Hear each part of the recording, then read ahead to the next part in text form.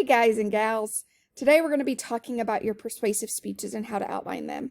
So the first thing that you need to remember is that your persuasive speech should be linked to your informative speech. So you're going to take one or more of the ideas that you shared in your informative speech and transform it into convincing your audience to do something specific.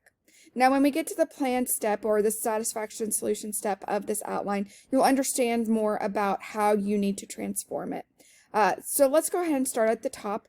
This is utilizing Monroe's motivated sequence. So if you've heard a sermon or if you've watched an infomercial, you've seen really effective, hopefully, demonstrations of Monroe's motivated sequence, because both of those types of speeches utilize Monroe's motivated sequence frequently. So let's start at the top. The introduction should look very familiar to you. So the attention getter is the same in that it should gain your audience's attention. If you don't do this effectively, you might as well not say anything else. So it needs to be you standing up to the mic and snatching that mic, getting ready to talk. So then you have your listener relevance link. Again, this is explaining to your audience why this topic is relevant specifically to them. You're going to then establish your credibility. Why you're an expert on this topic, why they should listen specifically to you, and then your thesis statement. So in your informative speeches, your thesis statement was, today I'm going to inform you about, and then 1 to 3 words. Well, for your thesis statement for the persuasive speech, it's going to be, today I'm going to persuade you to, and then 3 to 5 words. Keep it short, keep it simple, just like your informative speeches. And then you preview your main points. And again, keep it simple. It can be 3 sentences, or you can combine it into one. Either way, it needs to be very identifiable and very clear. And you're going to use that same language for each of your transition statements, which is exactly the same as your informative speeches. This is not new. However, for the body of your speech, this is where we get into some really new territory. So for your main point 1, you actually have something specific that you need to talk about. You need to talk about the need or the problem associated with what you're asking them to do. So you know how in your informative speeches you were supposed to think about, what are some problems that my discipline solves? Identify one of those problems and talk about it. You describe the need or the problem, explain the importance of it, the importance of the problem, and then describe what could happen if the problem is not solved. So an example of this would be, there are dying children. It's important because children shouldn't be dying because they're starving. And then finally, what could happen if the problem is not solved? More children could die. All right? And so you could be more specific with, like, they're dying because they don't have access to nets to protect them from mosquitoes, so they're getting malaria and they're dying. It's really important because it's 0.5% of this population who's being affected by it, and children are dying. It's pretty sad, right? And then finally, describe what could happen if the problem is not solved. More people could die of malaria. So then once you've identified why you're asking them to do something, you actually tell them what you're asking them to do. So this is your satisfaction solution step. You can also call it your plan. So this is where you describe your plan in detail. It's best if you provide a step-by-step process for them to fill, because the more specific that you are in telling your audience what to do, the more likely that they're going to be empowered and able to do it. If you're specific and you give them a few steps, then they are actually going to feel competent and able to do it. The more ambiguous that your plan is, and the more unclear on what you're wanting them to do, the less likelihood that they're going to do it. You explain why your plan will actually work after that.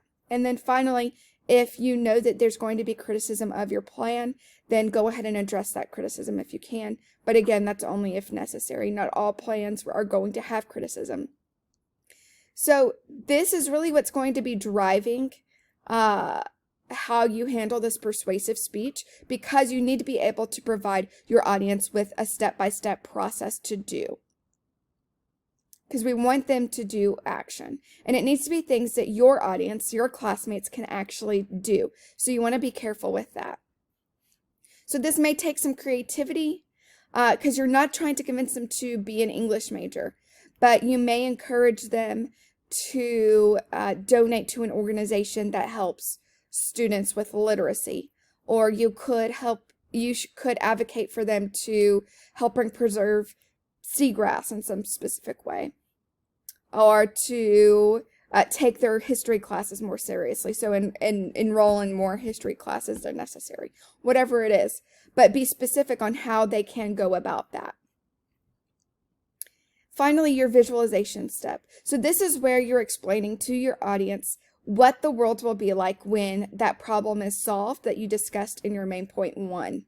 So what will the world look like when that problem is solved through your action, through what you're asking them to do? So you can describe, the first thing that you're going to do this is describe what results your audience can experience if your plan is adopted. So these could be big things or small things. So will they get something in response to donating to that organization? Will they get college credit? What specifically can they get? Describe the benefits that can relate to your audience. So that can be more of what you just discussed in this first part, or it can be something more broad. So it could be a good feeling. It could be a better world. Describe the consequences that will affect your audience. So what are some outcomes of this problem being solved? Not just your action plan, but this problem being solved, good or bad, that your audience may experience. So they may have to spend a little bit money. So they may have some hardships from spending money, or time enrolling in more classes, whatever it is. And then finally, in one sentence, summarize what you want your audience to do. So it's stating your call of action. So we'll see a better world when we do this. So here's what I want you to do. One sentence, very specific, very clear. And then your conclusion. Your conclusion is a little bit different, once again, from the informative speech conclusion. So you're going to restate the importance of the problem. So children are dying. Re-emphasize the call to action step that you just said. Children are dying, so go do this. And then finally, you end with your clincher. Your clincher should, again, point back to that attention getter, kind of like a bow being tied at the end of your speech. Keep them thinking, keep them motivated to do whatever you're asking them to do. So just a quick reminder, the most effective plans are going to be easy. They're going to be very specific. They're going to be things that your audience is actually capable of doing. If your audience is not capable of doing whatever you're trying to persuade them to do, you're wasting everyone's time. So make sure that you're really mindful of that. All right. Reminder, on Thursday, we will have our office hour together. If you come, you can ask questions. The time for the hour, that if no one's there, I'll be reading books to you. It'll be great fun. And I'll make sure to have my tea with me.